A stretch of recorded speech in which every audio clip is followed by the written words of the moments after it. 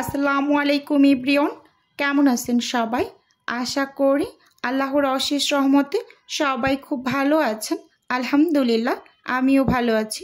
স্বর্ণাজ কিচেনে সবাইকে আরও একবার ওয়েলকাম করছি নতুন একটি রেসিপি দেখার জন্য। আজকে তৈরি করে দেখাবো 1 কাপ আটা দিয়ে ভীষণ হেলদি এবং টেস্টি একটা রেসিপি। আশা করি আপনাদের কাছে আজকের রেসিপিটিও ভীষণ ভালো লাগবে। আর ভালো লাগলে ভিডিওর শুরুতে একটা লাইক দিয়ে ভিডিও দেখা কন্টিনিউ করবেন। এই যে এখানে প্রথমেই আমি একটা মিক্সিং বোল নিয়ে নিয়েছি, সেই সাথে নিয়ে নিচ্ছি মেজারমেন্ট কাপ দিয়ে মেপে 1 কাপ আটা। আমি নাস্তাটা আটা দিয়ে বানিয়ে নিচ্ছি, আপনারা চাইলে এখানে ময়দা দিয়েও তৈরি করতে পারেন। দিয়ে দিচ্ছি স্বাদ মতো লবণ, সেই সাথে একটু বেশি টেস্টি করার জন্য দিয়ে দিচ্ছি এখানে 1 চামচ চিনি। চাইলে কেউ চিনিটা স্কিপ করতে পারেন। এবার সব কিছুকে আমি শুকনো অবস্থায় উইক্স দিয়ে খুব ভালোভাবে একটু নেড়ে চেড়ে মিশিয়ে নিচ্ছি। অবশ্যই শুকনো অবস্থায় একটু ভালোভাবে নেড়ে চেড়ে নেবেন, এতে করে আটার ভিতরে যদি কোনো দলা দলা অংশটা থেকে থাকে তা ভেঙে যাবে। এবার এখানে আমি মেজারমেন্ট কাপ দিয়ে মেপে 1 কাপ নর্মাল পানি নিয়ে নিয়েছি। এবার অল্প অল্প করে পানি অ্যাড করে কিন্তু একটা ব্যাটার রেডি করে নেব। গত কিছুদিন আগে আমি একটা ভিডিও আপলোড করেছিলাম এই নাস্তাটা নিয়েই। ওখানে অনেক কমেন্ট এসেছিল, আপু আপনি যে পানিটা ব্যবহার করেছিলেন এই পানিটা কি নর্মাল নাকি কুসুম গরম পানি? না আপু, এখানে বলে দিয়েছি, আমি বারবার করেই বলছি এই পানিটা একেবারেই নর্মাল পানি, কোনো টাইপের কুসুম গরম পানি না। এখানে বন্ধুরা আমি 1 কাপ পানি পুরোপুরি দিয়ে দিয়েছি। এবার আমি আর 1 কাপ পানির আন্দাজ করে 1/4 কাপের মতো নিয়েছি। এবার কিন্তু উইক্স দিয়ে খুব ভালোভাবে একেবারে নেড়ে চেড়ে ব্যাটারটা রেডি করে নেব। অবশ্যই কারো পানি কম বেশি লাগতে পারে, আমি ব্যাটারটা একেবারে রেডি করে সব শেষে আপনাদের বলে দেব কতটুকু পানি আমার লেগেছে। আবার আপনাদের কিন্তু কম বেশি লাগতে পারে। এখন এখানে কিন্তু উইক্স দিয়ে খুব ভালোভাবে অনবরত নেড়ে চেড়ে নিচ্ছি। ব্যাটারটা রেডি করার ক্ষেত্রে একটু লক্ষ্য রাখতে হবে ব্যাটারের ভিতরে যেন কোনো টাইপের গুটি গুটি অংশ বা দলা দলা অংশ না থাকে। যদি এরকম গুটি গুটি বা দলা দলা অংশ থেকে থাকে তাহলে আপনাদের একটা বুদ্ধি বা পরামর্শই বলতে পারেন দিয়ে দিচ্ছি। আপনাদের কাছে যদি স্টিলের কোনো টাইপের ছাঁকনি থাকে সেই ছাঁকনি দিয়ে আপনারা একটু সেঁকে নেবেন, তাহলে গুটি গুটি যে অংশগুলো থাকবে সেটা ছাঁকনির উপরে থেকে যাবে, একেবারে স্মুথ একটা ব্যাটার কিন্তু পেয়ে যাবেন সেখানে। এই যে দেখতেই পাচ্ছেন আমি কিন্তু উইক্স দিয়ে খুব ভালোভাবে অনবরত নেড়ে চেড়ে নিচ্ছি। একেবারে কিন্তু এখন কোনো টাইপের দলা দলা বা গুটি গুটি অংশ ভিতরে নেই। এ পর্যায়ে আমি এখানে 1 চা চামচ বেকিং পাউডার অ্যাড করে দিচ্ছি।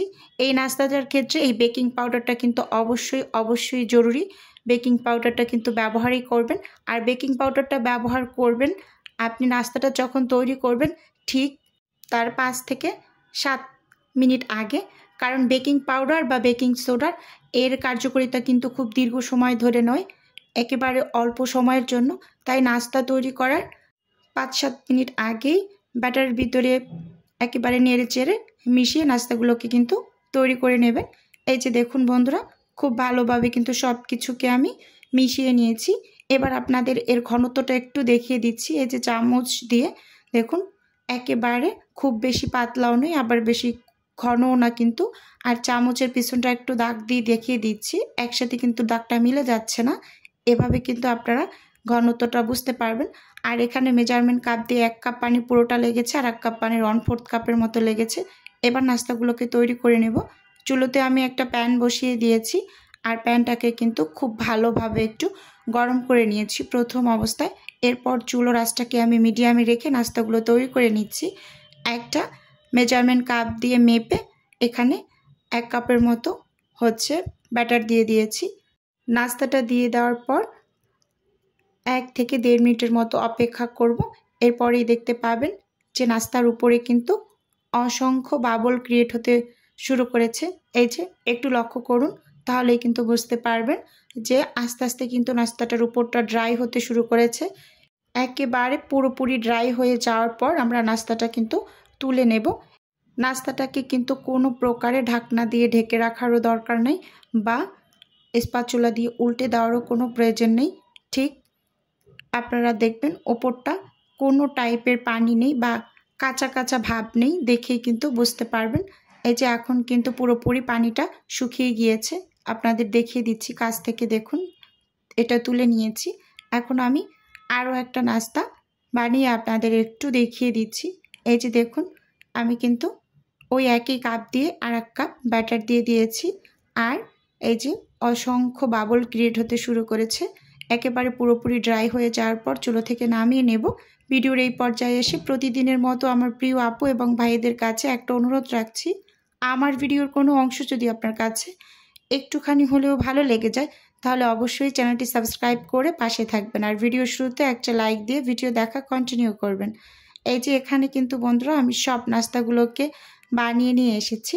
আমার 1 কাপ আটায় মোট 8টা নাস্তা হয়েছিল। আমি গরম গরম 2টা নাস্তা ভেজে হাজব্যান্ডকে দিয়ে দিয়েছি। আর এখন এগুলো আমরা খেয়ে নেব। এই নাস্তাটা সব কিছুর সাথে খেতে ভালো লাগে। মুরগির মাংস, গরুর মাংস, ভাজি, যে কোনো টাইপের চাটনি, গুড়, যে কোনো কিছুর সাথেই আপনি পরিবেশন করতে পারবেন। দেখতেই পাচ্ছেন দেখতে কতটা সুন্দর হয়েছে। পিছন ছাড়টা কিন্তু অনেকটা প্যানকেকের মতো হয়েছে, ভালোভাবে একটু লক্ষ্য করুন। আর কতটা পরিমাণ জালিদার হয়েছে দেখেই কিন্তু বুঝতে পারছেন। কিছুদিন আগে যে ভিডিওটা আপলোড করেছিলাম ওই ভিডিওটায় কিন্তু অসংখ্য আপুরা কমেন্ট করেছিলেন যে আপু আমরা যদি বাসায় তৈরি করি একেবারে কি পারফেক্ট এভাবে তৈরি করতে পারবো? হ্যাঁ আপু, আপনারা যদি সমস্ত কিছু ঠিকঠাক মতো ব্যবহার করেন অবশ্যই ইনশাল্লাহ একেবারে 100% শিওর আপনার নাস্তাগুলো এরকম ঠিক জালিদারই হবে।